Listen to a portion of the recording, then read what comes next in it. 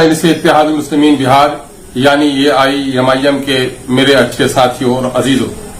میں اس وقت آپ کے سامنے میں ایک اہم ترین پیغام اور کچھ ضروری ہدایات کے لیے حاضر ہوا ہوں۔ AIMIM بہار نے یہ قلیل عرصے میں جو پورے بہار میں اپنی سیاست کا لوہا منوا چکی ہے اور گاؤں قصبے تک اور پنچایت تک اپنی جڑیں مضبوط کر سکی ہے، یہ دراصل آپ تمام تر عزیزوں کی محنت اور قربانیوں کا ثمر ہے۔ میں اس کے لیے اپنے ان پرواسی بھائیوں کو جو پردیس میں رہ کر اپنے گھر کا بھی خیال رکھتے ہیں اور پارٹی کا بھی خیال رکھتے ہیں، بدیس میں رہنے والے ان نوجوانوں کا جو بدیس سے جہاں اپنے گھر بیوی بچوں کی فکر کرتے ہیں اس سے کچھ کم AIMIM کے بارے میں نہیں سوچ رہے ہیں، سوشل میڈیا کے ساتھیوں کا، چھاتروں کا، کسانوں کا اور مزدوروں کا، بدھی جیووں کا شکریہ ادا کرتا ہوں کہ آپ تمام تر لوگوں نے یہ قلیل عرصے میں 5 سال کے قلیل عرصے میں AIMIM کو بلندی تک پہنچایا ہے۔ اور جو بہت ساری پارٹیاں بہار میں ہیں جو 10، 20، 25 سال سے کام کر رہی ہیں،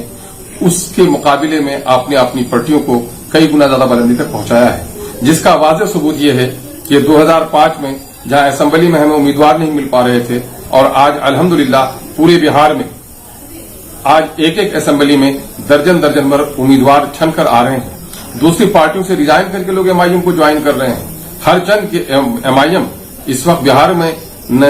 اقتدار میں ہے، نہ ٹھیکے دے سکتی ہے، نہ کوئی مضبوط پیروی کر سکتی ہے۔ دراصل آپ کا یہ اعتماد AIMIM کی باوصول سیاست، اپنے لیڈر، اپنے قائد جناب بیرسٹر اسدالدین اویسی صاحب کی دیانتدارانہ اور مخلصانہ کوششوں کا نتیجہ ہے۔ ہم کہیں سے بھی اپنے قائد کی امیدوں کو ٹھیس نہیں پہنچانا چاہتے ہیں اور اس کارروائی کو بڑی توانائی کے ساتھ آگے تک لے جانے کا ارادہ ہی نہیں بلکہ کوشش کر رہے ہیں، جس میں ہم سب ایک دوسرے کے ساتھ ہیں۔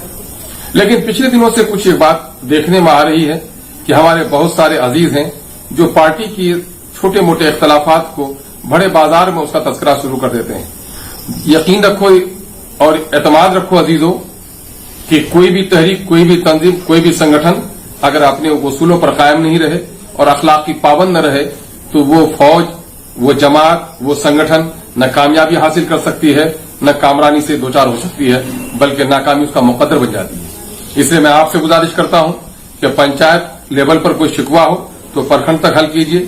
اگر پرکھنڈوں کی کوئی شکایت ہو یا ضلع کی ضمنی جو ہمارے دوسرے سنگٹھن ہیں اس کے کوئی اختلافات ہو ضلع کے فورم پر لائیے، مختلف اضلاع میں اگر کوئی شکایت آپ کو ہو تو جو آپ کے راج استریہ سنگٹھن کے پدادھیکاری ہیں ان کے درمیان میں مسائل کو آپ پیش کرنے کی کوشش کیجیے۔ آپ جو سوشل میڈیا پر ساری باتیں لا رہے ہیں، ہر چند کے میں یہ محسوس کرتا ہوں کہ اس میں کچھ ہمارے نادان عزیز بھی ہیں اور اس میں دشمنوں کا بھی ایک بڑا طبقہ ہے، دوسری پارٹیوں کے لوگوں کا بھی ایک پروکسی وار ہے جو اپنا نام بدل کر AIMIM کا ٹیگ لگا کر اس قسم کی بلا وجہ بحث کو پروان چڑھانے کا کام کرتے ہیں۔ اس لیے میں آپ تمام تر عزیزوں سے جن کو واقعتاً AIMIM سے رشتہ ہے، جو لوگ جناب بیرسٹر اسدالدین اویسی صاحب کے پیغام سے محبت رکھتے ہیں، جن کو اب تک برسوں نے جو سیاسی پارٹیوں نے جن کے ساتھ کو ٹھگا ہے، جس پر ظلم کیا ہے، اس ظلم کے خلاف جو لوگ لڑنا چاہتے ہیں، ایسے تمام تر جالے نوجوانوں کو میں کہنا چاہتا ہوں کہ آپ اصول اخلاق کا خیال رکھیے،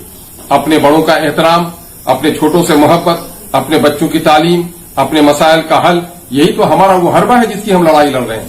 ہم اپنے اخلاق اور اصولوں کو قربان کر کے ہم یہ لڑائی نہیں لڑ سکتے۔ اس وقت پوری دنیا کورونا کی لڑائی لڑ رہی ہے، کورونا سے ہمیں بھی لڑائی لڑنی ہے، لیکن ساتھ ساتھ بہار میں آنے والے الیکشن کے لیے حکومت تیاری کر رہی ہے، ہمیں بھی اپنا کمر بستہ ہو کر کے تیار ہونا ہے، ہمیں اختلاف کو پروان چڑھنے نہیں دینا ہے، لیکن کورونا اور الیکشن کو سامنے میں رکھتے ہوئے اپنے بنیادی مسائل کو نہیں فراموش کرنا ہے۔ آج اس علاقے میں مسئلہ ہے مکہ کے کسانوں کا مسئلہ ہے، ہمارے بچے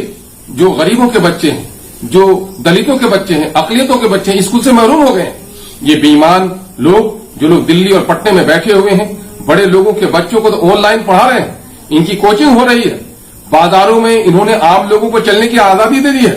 گاؤں میں لوگ چوک چوراہوں میں بھیڑ جمائے ہوئے بیٹھے ہیں، لیکن اسکول ہمارا ویران ہو گیا ہے۔ بہار کے وزیر اعلیٰ کو اور وزیر تعلیم کو اگر ہمارے بچوں کی تعلیم کی فکر ہوتی تو وہ ہدایت جاری کر دیتے کہ 50% لوگ اگر آفسوں میں کام کر سکتے ہیں تو 50% بچے جہاں کلاس 8ویں تک کی پڑھائی ہوئی مڈل اسکول میں 2 کلاس کے بچوں کو ہفتے میں 1 دن بلاتے، انہیں ٹاسک دیتے، انہیں لکھنے پڑھنے